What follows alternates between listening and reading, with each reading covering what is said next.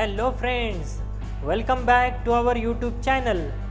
Friends, if you haven't subscribed this channel, please subscribe and hit the bell icon to get our latest video updates. Friends, in this video we are going to learn about figure of speech. So, let's start. Friends, figure of speech मध्ये आपण काही महत्त्वाचे figure of speech या व्हिडिओमध्ये पाहणार आहोत. सुरुवातीला simile, metaphor, personification, hyperbole, apostrophe, oxymoron, onomatopoeia, repetition, alliteration, climax, anti climax हे फिगर ऑफ स्पीच आपण या व्हिडिओमध्ये पाहणार आहोत. तर कृपया हा व्हिडिओ संपूर्ण पहा. चला तर मग स्टार्ट करूया. पहिला आहे सिमिली. सिमिली म्हणजे उपमा अलंकार. If there is a comparison between two objects of different kinds which have however at least one point of common thing in the given example, this is the example of simile. दोन वस्तूंमध्ये जेथे साम्य वर्णन केलेले असते तेथे उपमा हा अलंकार होतो. दोन वस्तूंमध्ये साम्य जेथे वर्णन केलेले असते तेथे उपमा हा अलंकार होतो. विद्यार्थी मित्रांनो, यामध्ये सो, ॲज, लाईक असे शब्द वापरलेले असतात. One can identify the simile by the help of the above words. याचे एक्झाम्पल पाहूया. Her jewels shone like stars. Her jewels shone like stars. तिचे जे दागिने आहेत ते चांदण्यांसारखे दिसतात. She is like an angel. ती परीसारखी आहे. Snehal is as clever as Vijaya. या ठिकाणी पाहू शकता तुम्ही, या ठिकाणी लाईक वापरलेला आहे, ॲज वापरलेला आहे. तर असे जिथं वर्णन केलेलं असतं, असे जिथं शब्द असतात तिथं सिमिली हा अलंकार होतो. नेक्स्ट, मेटाफर म्हणजे रूपक अलंकार. If there is an comparison between two objects by treating them as one in the given example, this is the example of metaphor. दोन वस्तू, उपमेय व उपमान, एकरूप किंवा भिन्न असल्याचे जेथे वर्णन असते तेथे रूपक अलंकार होतो. दोन वस्तू, उपमेय आणि उपमान, एकरूप किंवा अभिन्न असल्याचे जेथे वर्णन असते, एकरूप किंवा अभिन्न म्हणजे सारखेच असल्याचे जेथे वर्णन असते तेथे रूपक अलंकार होतो. याचे उदाहरण आहे क्लाउड्स ऑफ डाउट्स, शंकांचे ढग. आवर सोल्जर्स आर लायन, आपले जे सैनिक आहेत ते सिंहच आहेत. वॉटर इज लाईफ, पाणी हेच जीवन आहे. नेक्स्ट, पर्सोनिफिकेशन, चेतन गुणोक्ती. If personification objects are personified for poetic efforts, निसर्गातील निर्जीव वस्तू सजीव आहेत अशी कल्पना करून ती मानव जातीप्रमाणे वागतात असे वर्णन केलेले असल्यास चेतन गुणोक्ती अलंकार होतो. Stars dance in the sky. आता स्टार्स ही निर्जीव वस्तू आहे, पण मानव जसे नाचतात तशी वर्णन या ठिकाणी केलेलं आहे. Stars dance in the sky. The rain is speaking लाऊडली. आता बोलणं हे मानव करू शकतात, तर इथं पावसाला असं म्हटलंय की द रेन इज स्पीकिंग लाऊडली. असं जिथं वर्णन असतं तिथं पर्सोनिफिकेशन हा अलंकार होतो. नेक्स्ट, हायपरबले. हायपरबले म्हणजे अतिशयोक्ती अलंकार. There is exaggerated statement in hyperbole. कवितेतील चरणात एखादी कल्पना आहे त्यापेक्षा अधिक फुगवून सांगितलेली असल्यास तेथे अतिशयोक्ती हा अलंकार होतो. Her feet seems to dance on air. तिचे पाय seems to dance on air, जणू काही ती हवेत नाचते असे दिसतात. can make a hole in the sky. Next, apostrophe, परोक्ष संबोधन. Apostrophe is a special form of personification. It is a direct address to personified idea or object. अनुपस्थित वस्तू, मृत व्यक्ती यांना उद्देशून विधान केलेले असल्यास परोक्ष संबोधन अलंकार होतो. उदाहरणार्थ, the child addressing the moon. आता मून काय त्याच्या जवळ असतो का?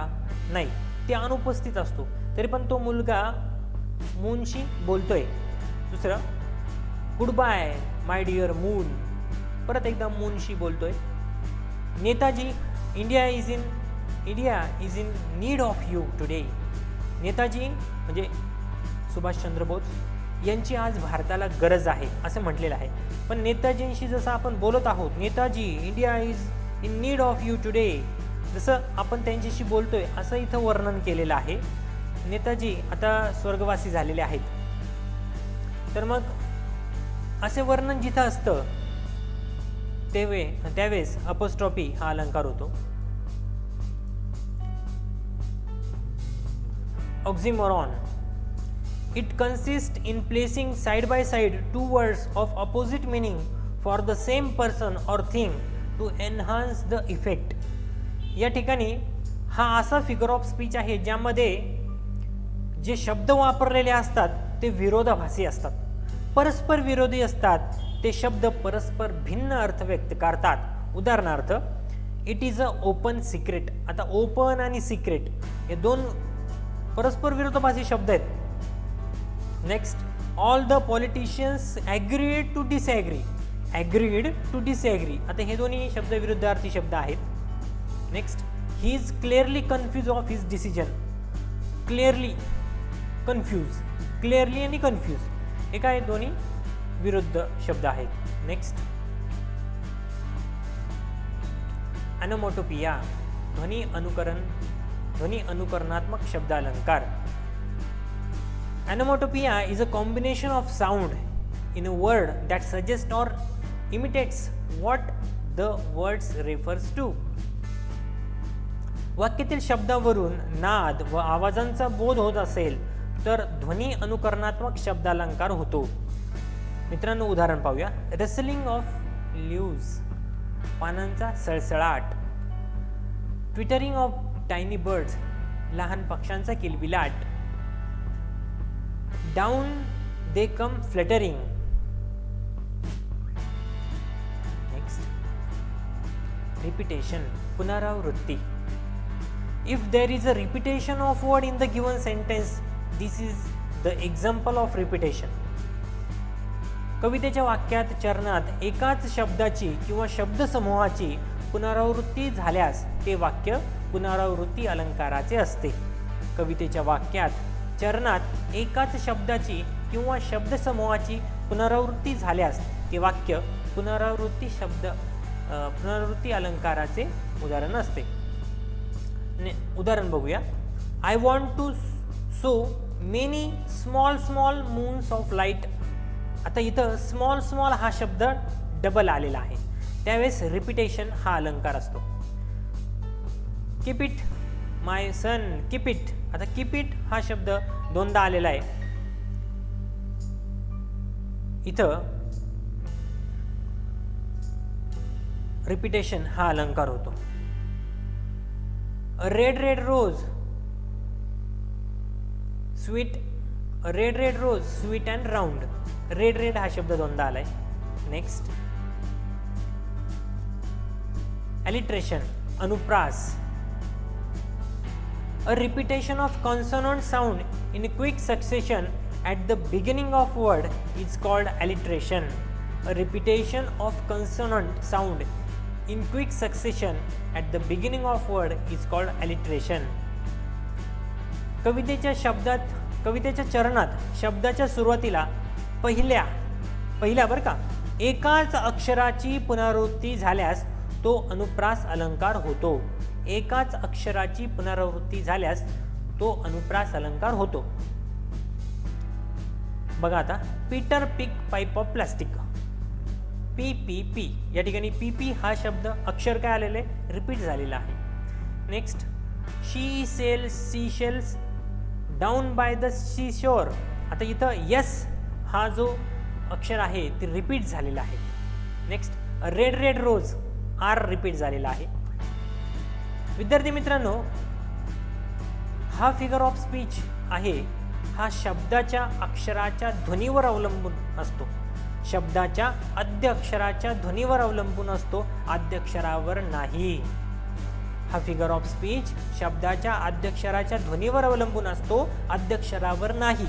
उदाहरणार्थ, वाक्यात जर CAT कॅट आणि CHOIC चॉईस हे शब्द असतील तर तो अनुप्रास अलंकार होणार नाही. जरी CC आहे, CAT कॅटमध्ये पण C आहे, चॉईसमध्ये सुद्धा C आहे, पण या ठिकाणी चॉईसचा उच्चार करताना च असा उच्चार होतो आणि कॅटचा उच्चार करताना क असा उच्चार होतो. त्यामुळं हा जो अलंकार आहे तो ॲलिट्रेशन अलंकार होणार नाही. पुढं पाहूया. वाक्यात जर CAT कॅट आणि KICK किक हे शब्द असतील तर तो अनुप्रास अलंकार होतो, कारण याचा उच्चार काय आहे, क आहे. कॅटचा उच्चार क आहे, किकचा उच्चार पण क आहे. जरी शब्दांच्या सुरुवातीला CAT कॅटमध्ये C आहे आणि KICK मध्ये K आहे, तरी पण हा काय अनुप्रास अलंकार होतो. नेक्स्ट, क्लायमॅक्स म्हणजे सार. Climax is the use of series of ideas or words in the order of increasing importance. Climax म्हणजे सार अलंकार. सार अलंकारामध्ये कवितेच्या चरणातील कल्पना चढत्या क्रमाने मांडून उत्कर्ष साधलेला असतो. चढत्या क्रमाने मांडलेला असतो. बघा उदाहरण, the place of my birth, faith and pride. जन्मभूमी, माझा ज्या भूमीवर विश्वास आहे अशी भूमी आणि माझा त्या भूमीवर गर्व आहे. Next, he lost his fan, friends and family. त्यांनी त्याचे फॅन्स गमावले, फ्रेंड्स गमावले. म्हणजे फॅन थोडे लांबचे असतात, फ्रेंड जवळचे असतात आणि फॅमिली अजूनच जवळची असते. नेक्स्ट, शी केम, शी सॉ, शी कॉन्कर. ती आली, तिनं पाहिलं आणि ती जिंकली. नेक्स्ट, शी केम, शी सॉ, शी कॉन्कर. ही वॉच हर, जज हर, ही मॅरिड हर. त्यानं तिला पाहिलं, जज हर, तिला जज केलं आणि तिच्याशी लग्न केलं. Next, anti climax. Anti climax is the opposite of climax, a sudden descent from higher to lower. प्रतिसार या अलंकारामध्ये कवितेच्या चरणातील कल्पना उतरत्या क्रमाने मांडून अपकर्ष साधलेला असतो.